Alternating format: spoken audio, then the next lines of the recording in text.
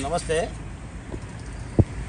గత 2 రోజులుగా లేదా 3 రోజులుగా వర్షం ఎలా కురుస్తుందో, వరద ఎలా వస్తుందో వైసీపీ సోషల్ మీడియా కూడా అమరావతి మీద అంత వర్షం కురిపిస్తున్నారు.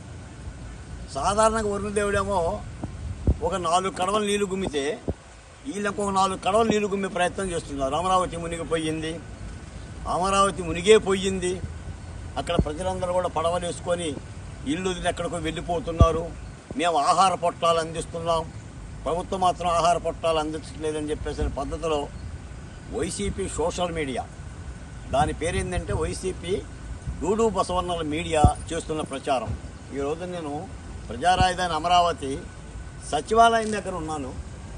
ఇది రాష్ట్ర సచివాలయం. ఆ సచివాలయానికి వెళ్ళే రహదారి ఇది. వెళ్తున్న వాహనాలు, పోలీసులు. మరి ఎక్కడ మునిగిపోయింది సచివాలయం? మునిగిపోవాలి కదా సచివాలయం, జగన్మోహన్ రెడ్డి గారు లేదా మీ మీడియా సంస్థలు, మంత్రులు వాళ్ళందరూ కూడా కారులన్నీ కూడా వలలాడారు కదా. ఏది? ఇంకో ఈ కార్ పార్కింగ్ చూడండి. వీళ్ళందరూ కూడా ఆఫీసర్లు, అధికారులు, ఎమ్మెల్యేలు. లోపల ఇప్పుడే హోంమంత్రి వంగలపూడి అనిత గారు పాత్రికేయ సమావేశం పెట్టారంట.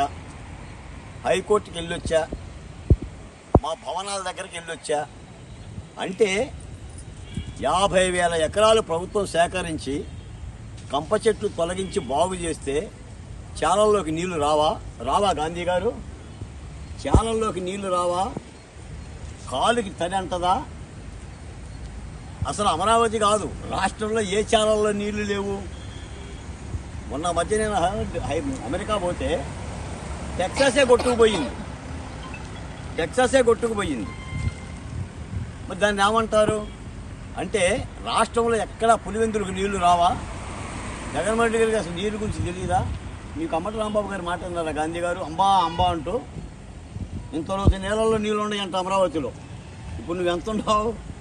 ఇంతలోతు నీళ్ళలో నేను చూసా. ఓకే, అమరావతికి నీళ్ళు వచ్చినాయి. మరి 5 ఏళ్ళు ఏం పొడిచారు? నీళ్లు నివారించాలిగా, గ్రామాలను కాపాడాలి కదా. పోనీ మీకు రాజధాని ఇష్టం లేదు, వదిలేయండి.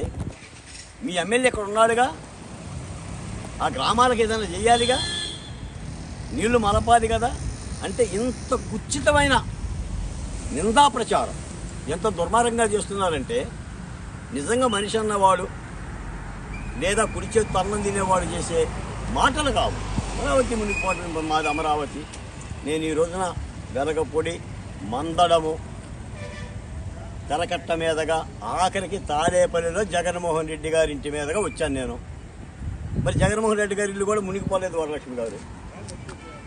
నాకైతే తెలియదు, మరి ఆయన పడేసుకుని పారిపోయాడేమో. అంటే ఈ నిందా ప్రచారాన్ని రాష్ట్ర ప్రజలు అర్థం చేసుకోవాలి. ఎందుకంటే నేను ఒక మాట చెప్తాను, నిద్రపోతున్న వాడిని లేపచ్చు, కానీ నిద్ర నటిస్తున్న వాడిని లేపలేదు. అలాగనే అమరావతి మీద పదే ఏదో నిందలేస్తే లాభం వస్తుంది, రాజకీయం వస్తుంది, చంద్రబాబు నాయుడు గారి మీద నిందేయొచ్చు, అమరావతి పనులను ఆపు చేయొచ్చు, ఈమెయిల్లు చేయొచ్చు అని ఈ అభూత కల్పన మూలాన వైసీపీ జరిగే లాభమే ఉండదు. నాకు తెలిసి అమరావతిలో ఆయన అక్షరాన్ని జగన్మోహన్ రెడ్డి గారు మర్చిపోబట్టే వాళ్ళ అమ్మగారు దూరమైంది. అమరావతిని అమ్మ అని పిలవలేకపోవడం మూలానే అమ్మ దూరమైంది, చెల్లెల దూరమైంది. రాజకీయాలు హోందాతనంగా చేయాలి. ప్రభుత్వం తప్పు చేసినా లేదా ఇప్పుడు ప్రభుత్వంలో ఉన్న మాలాంటి వాళ్ళు తప్పు చేసినా అడగొచ్చు, ప్రశ్నించవచ్చు. కాబట్టి ఈ నిందా ప్రచారాన్ని రాష్ట్ర ప్రజలు గమనించాల్సిందిగా ఈ సందర్భంగా తెలియజేస్తున్నాను.